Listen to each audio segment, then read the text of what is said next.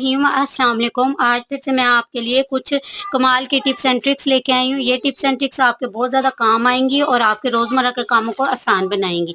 इससे आपके वक्त की भी बचत होगी और आपके पैसे की भी बचत होगी। बिना देरी किए फ्रेंड चलते हैं अपनी टिप्स एंड ट्रिक्स की तरफ। पहली टिप जो मैं आपके साथ शेयर कर रही हूँ, हम सबके घर में इस तरह के केक वगैरह या कोई ना कोई मौका होता है, केक या इस तरह की चीज़ें आती हैं जिनके नीचे बेस में ये इस गत्ते का इस्तेमाल किया गया आता है, लकड़ी के टुकड़े का, और इसे हम बेकार समझ के फेंक देते हैं।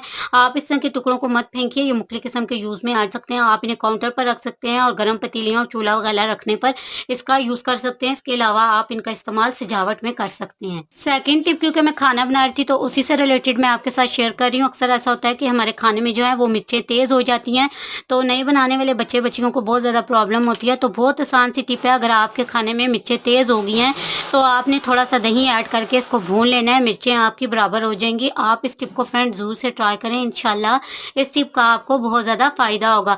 नेक्स्ट टिप जो मेरी है वो कुकर से रिलेटेड है। तो दालें वगैरह जब हम बनाते हैं तो हमें कुकर लगाना पड़ता है और दालें गलने में बहुत ज़्यादा टाइम ले लेती हैं, जिससे हमारा टाइम भी वेस्ट होता है और गैस का बिल भी ज़्यादा आता है, जो हमारे बजट को डिस्टर्ब करता है। तो जब भी आप कोई दाल बनाएं तो इसको गलाने के लिए आपने 1 से 2 अदद स्टील के चम्मच जो हैं वो दाल में ज़रूर से ऐड कर देने हैं।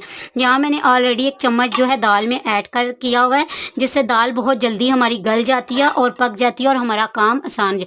इस चम्मच का एक फ़ायदा ये भी है कि अक्सर ऐसा होता है कि कुकर में जब हम खाना पकाने के लिए डालते हैं तो दाल का पानी या ऑयल बाहर आता है, वो आपका बाहर नहीं आएगा। साथ में आपको एक और टिप भी दूंगी कि आपने जब भी कुकर लगाना है तो आपने कुकर की अंदर वाली साइड पे थोड़ा सा ऑयल लगा देना है, जिससे कभी भी आपकी जो आप पका रहे हैं सालन का पानी या ऑयल बाहर नहीं आएगा और आपका कुकर बाहर से नीट एंड क्लीन रहेगा। तो आप भी फ्रेंड इस टिप को ज़रूर से ट्राई करें, इंशाल्लाह इस टिप का आपको बहुत ज़्यादा फ़ायदा होगा। चलते हैं नेक्स्ट टिप की तरफ और इंशाल्लाह ये भी आपको बहुत ज़्यादा पसंद आएगी। तो हरे धनिए का यूज़ जो है वो डेली रूटीन में होता है और हमारे खानों में यूज़ होता है। और जब भी हम बाज़ार से जो है सब्ज़ियाँ वगैरह बाय करके लाते हैं तो हरा धनिया भी साथ में लेके आते हैं। तो डेली तो हम सब्ज़ियाँ बाज़ार से नहीं बाय करते, तो हरा धनिया जब हमारे पास ज़्यादा होता है तो हमारी कोशिश होती है कि हमारा हरा धनिया ज़्यादा दिन तक चल जाए, लेकिन हरा धनिया ख़राब हो जाता है। यहाँ पर हरे धनिया से रिलेटेड कुछ मुफीद टिप्स दूंगी, इंशाल्लाह आपका हरा धनिया ख़त्म हो जाएगा लेकिन ख़राब नहीं होगा। पहली टिप जो मैं आपके साथ शेयर कर रही हूँ, हरा धनिया जब भी लेके आएँ तो पहले चेक कर लें जो पीले और ख़राब पत्ते होंगे वो आपने निकाल देने हैं। कोई भी ग्रीन सब्ज़ी आप लाएँ तो उसमें से जो ख़राब और पीले पत्ते होते हैं वो आपने निकाल देने हैं, इससे जो सब्ज़ी है उसकी लॉन्ग लाइफ बढ़ जाती है। तो हरे धनिया के साथ भी आपने ऐसे ही करना है। सेकेंडली, आप हरे धनिया को कैसे महफूज करेंगे कि 2 हफ्ते भी अगर आपका हरा धनिया रहेगा तो ये ख़त्म हो जाएगा लेकिन ख़राब नहीं होगा। मैंने खुद इस टिप को ट्राई किया था और मुझे बहुत ज़्यादा फ़ायदा हुआ था, तो सोचा आज अपने बहन भाइयों के साथ भी शेयर करूं। आपने एक गिलास में पानी ले लेना है, उसमें आपने हरा धनिया डाल देना है और उसको आप फ्रिज में रख दें। हरा धनिया यकीन जाने ख़त्म हो जाएगा लेकिन अब आपका हरा धनिया ख़राब नहीं होगा। तो आप इस टिप को ज़रूर से ट्राई करें। इसमें गाय के दौर में हर औरत की कोशिश होती है कि वो ज़्यादा से ज़्यादा जो है वो सेव करे, चीज़ों को ज़ाया होने से बचाएं। तो इस तरह से हम घर के बजट को भी कंट्रोल कर लेते हैं। तो यहाँ पर मीठे तोश बनाने के बाद थोड़ा सा जो था वो बच गया था, अंडा और यहाँ पर दूध और चीनी मैंने मिक्स की हुई थी और साथ में सब्ज़ इलायची थी।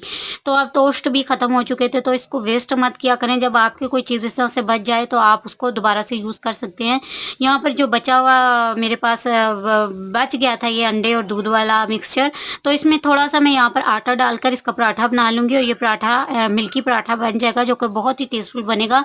और इस तरह से हमारी छोटी छोटी चीज़ों की वेस्टेज नहीं होती और घर का जो है कोई भी आप कोशिश किया करें, रिस्क जो है वो कोई भी ज़ाया ना हो, उसे आप किसी न किसी तरह यूज़ कर लिया करें। चलते हैं नेक्स्ट टिप की तरफ और इंशाल्लाह मेरे बहन भाइयों को ये टिप भी बहुत पसंद आएगी। तो जब हम मेडिसिन वगैरह लाते हैं तो इस तरह की छोटी सी बॉटल्स मिलती हैं जिनमें छोटी छोटी दवाइयाँ डाल के दी जाती हैं, जैसे कि सिरप वगैरह कोई डाल के दिया जाता है, कान वगैरह की या गले की कोई दवाई डाल के हमें दी जाती है, या नाक में डालने वाले ड्रॉप्स दिए जाते हैं। तो ये इनको यूज़ करने के बाद हम इन्हें फेंक देते हैं, तो आप इन्हें फेंकिए ना। इन बॉटल्स का यूज़ आप ऐसा कर सकते हैं कि जहाँ हम जॉइंट फैमिली में रहते हैं तो मेडिसिन से एक दूसरे के साथ शेयर करते रहते हैं इस तरह की बच्चों की, तो वो डालकर आप एक दूसरे के साथ शेयर कर सकते हैं। या बाहर कहीं जा रहे हैं और बच्चों की ऐसे जैसे कान वगैरह की या ऐसी कोई मेडिसिन लेकर जाना ज़रूरी है तो वो ले एक बहुत ही मुफीद सा यूज़ मैं आपके साथ शेयर कर रही हूँ और इंशाल्लाह आपका ये यूज़ बहुत पसंद आएगा। तो इस तरह की जो छोटी बोतल होती है देखिए आसानी आसानी से खुल जाती है। आप इस बोतल के अंदर सरसों का तेल भर लें। तो अक्सर माओं की ये परेशानी होती है कि छोटे बच्चों को कब्ज़ की प्रॉब्लम हो जाती है, तो रात को सोते वक़्त 1 से 2 ड्रॉप्स आप तेल के डाल दें सरसों के, तो आप देखेंगे कि बच्चों को कब्ज़ की शिकायत नहीं होगी। तो आप इस तरह की चीज़ों का ज़रूर से यूज़ किया करें। इनको फेंकने की बजाय ये बॉटल्स और ये चीज़ें बहुत करामद होती हैं और हमारे बहुत सारे कामों को आसान बनाती हैं। तो उम्मीद है ये टिप भी आपको पसंद आई होगी। चलते हैं नेक्स्ट टिप की तरफ और इंशाल्लाह ये भी आपको पसंद आएगी। इस तरह के जब हम बाहर से कुछ मंगाते हैं तो इस तरह के छोटे-छोटे पैकेट्स और ये चीज़ें हमारे पास आ जाती हैं, जार से आ जाते हैं, जिनमें हमें मुख्तलिफ़ किस्म के मसाला जात और चीज़ें डाल के दी जाती हैं। तो आज मैं इन्हीं के यूज़ के बारे में आपसे बात करूँगी और इन्हीं के हवाले से टिप शेयर करूँगी। इनको फेंका मत करें, इनको अच्छी तरह से धोकर वॉश करके रख लें। तो यहाँ देखिए मेरे पास काफ़ी सारे जमा हो चुके थे, तो ये बहुत यूज़फुल और करामद होते हैं।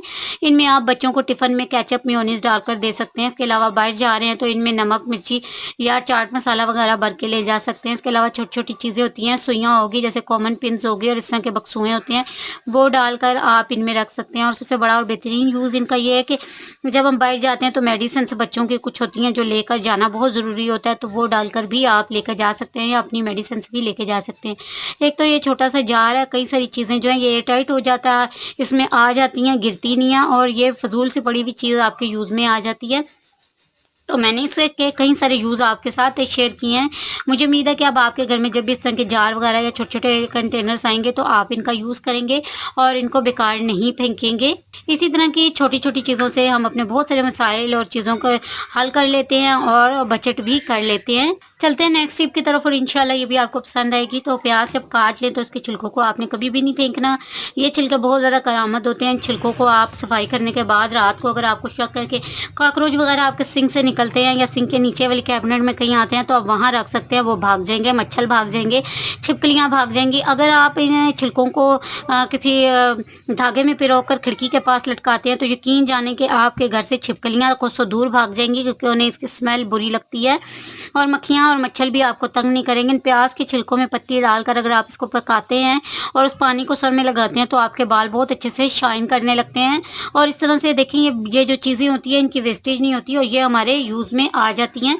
तो किसी भी चीज़ को हमें बेकार नहीं समझना चाहिए, इन चीज़ों का भी हम यूज़ कर सकते हैं मुख्तलिफ तरह से। चलते हैं नेक्स्ट टिप की तरफ और इंशाल्लाह ये भी आपके बजट में जो है उसको बेहतर बनाएगी और आपके लिए बहुत ज़्यादा करामत होगी। अदरक का यूज़ घर में होता है। अदरक को जब हम काटते हैं तो बहुत सारी अदरक जो है वो छिलकों के साथ वेस्ट हो जाती है और इस तरह से एक चीज़ का वेस्टेज हो रही होती है। तो बहुत ही आसान सा तरीका आज आपके साथ मैं शेयर कर रही हूँ, किसी चीज़ की आपकी वेस्टेज नहीं होगी। तो आपने क्या करना है, अदरक को अच्छी तरह से धोकर वॉश करना है, ड्राई करना है और उसके बाद जब अदरक को काटेंगे तो ये देखिए छिलकों के साथ बहुत सारी अदरक होती है। आप इन छिलकों को ड्राई करके इनका पाउडर बना लें, इसको चाय में यूज़ करें, इसको जो है शहद के साथ बच्चों को दे सकते हैं। और इसका यूज़ अगर आप चाय में करते हैं तो एक तो चाय जो है वो अदरक वाली चाय हमारी बनती है जो कि बहुत ही मुफीद है, गले की सफाई करती है, पेट की सफाई करती है। अदरक जो है वो गैस नहीं बनने देती, तो इस तरह से हमारी वेस्टेज नहीं होती और ये चीज़ें हमारे यूज़ में आ जाती हैं। तो आप इसे ड्राई करके भी डाल सकते हैं और इसी तरह भी यूज़ कर सकते हैं इसको। चलते हैं नेक्स्ट टिप की तरफ और इंशाल्लाह ये टिप भी आपको बहुत ज़्यादा पसंद आएगी। तो हम सबके घर में इस तरह के बॉटल्स, जार्स और ये चीज़ें होती हैं। जब हम इन्हें खोलते हैं, जैसे ये चॉकलेट वगैरह के डब्बे वगैरह, तो बहुत सारी ये देखिए चॉकलेट और ये चीज़ें जो है इधर-उधर लग जाती हैं, गिर रही होती हैं, जिससे ये जो है वो जगह को भी गंदा करती हैं और इनके पीछे चींटियाँ भी आ जाती हैं। तो सिंपल सा आपने एक काम करना है, आपने एक बैलून ले लेना है और उसको कट कर लेना है। अक्सर बर्थडे वगैरह या कुछ होता है तो बैलून्स हर घर में आते ही आते हैं और बच्चों वाले घर में आते हैं। और जब ये बैलून जो है ये इस काबिल नहीं रहते या इनकी हवा निकल जाती है तो हम इनको फेंक देते हैं। तो आप इनको फेंकिए मत, इन बैलून्स को आप इस तरह से यूज़ कर सकते हैं। तो ये अब ना तो चींटियाँ इसके ऊपर घुसेंगी, ना ही ये चॉकलेट बाइट की तरफ आएगी और ये कंटेनर जहाँ पड़ा होगा उस जगह को भी गंदा नहीं करेगा, बेशक ये उल्टा भी हो जाए। तो सेम प्रोसेस आप अपनी मेडिसिन वगैरह को अगर बाहर लेके जा रहे हैं तो उनके साथ भी कर सकते हैं और ये एक्स्ट्रा सी चीज़ आपके यूज़ में भी आ जाती है और आपके बहुत सारे मसाइल को हल करती है और आपके क्लीनिंग के काम में भी आसानी पैदा करती है। चलते हैं नेक्स्ट टिप की तरफ और इंशाल्लाह ये टिप भी आपको बहुत ज़्यादा पसंद होगी। अक्सर घर में कोई ना कोई फ़र्द या कोई बच्चे ऐसे होते हैं जिनकी फिंगर में बाज़ लोगों को प्रॉब्लम होती है या जूता आगे से थोड़ा सा तंग होता है, तो आगे वाली जो फिंगर्स होती हैं वो दर्द करने लगती हैं, जूतों को पहनने से बहुत ज़्यादा पेन होने लगती है। तो आज एक आसान सा तरीका आपके साथ शेयर करूँगी। अब जूते ना तो आपको काटेंगे ना पेन होगी। बच्चों के साथ ये प्रॉब्लम ज़्यादा हो जाती है क्योंकि वो जो है या बाज़ का जूते जो हम उनके लिए लेके आते हैं वो आगे से थोड़े से टाइट भी होते हैं या उनको प्रॉब्लम भी होती है। तो आपने करना कुछ नहीं, आपने सिंपल एक बैलून ले लेना है और इस बैलून को आपने इस तरह से कट कर लेना है। तो ये जैसे मेरी बेटी के पाँव के आगे स्वेलिंग सी हो जाती है और उसको थोड़ा सा दर्द और पेन रहता है जब भी जूते पहनती है, तो सिंपली आपने इन फिंगर्स के ऊपर इस बैलून को चढ़ा लेना है और फिर आपने इसको जूते को पहनना है। अब ये जूता आपको काटेगा भी नहीं, आपका पाँव दर्द भी नहीं करेगा और आगे से फिंगर में पेन भी नहीं होती। तो आप भी इस टिप को फ्रेंड ज़रूर से ट्राई करें। इंशाल्लाह मेरी ये टिप आपके बहुत ज़्यादा काम आएगी। आज की टिप एंड ट्रिक्स अगर मेरे बहन भाइयों को अच्छी लगती हैं तो आपने लाइक करना है, शेयर करना है, कमेंट करना है, चैनल को सपोर्ट करना है। अपना रखें बहुत सारा ख्याल। अल्लाह हाफिज़।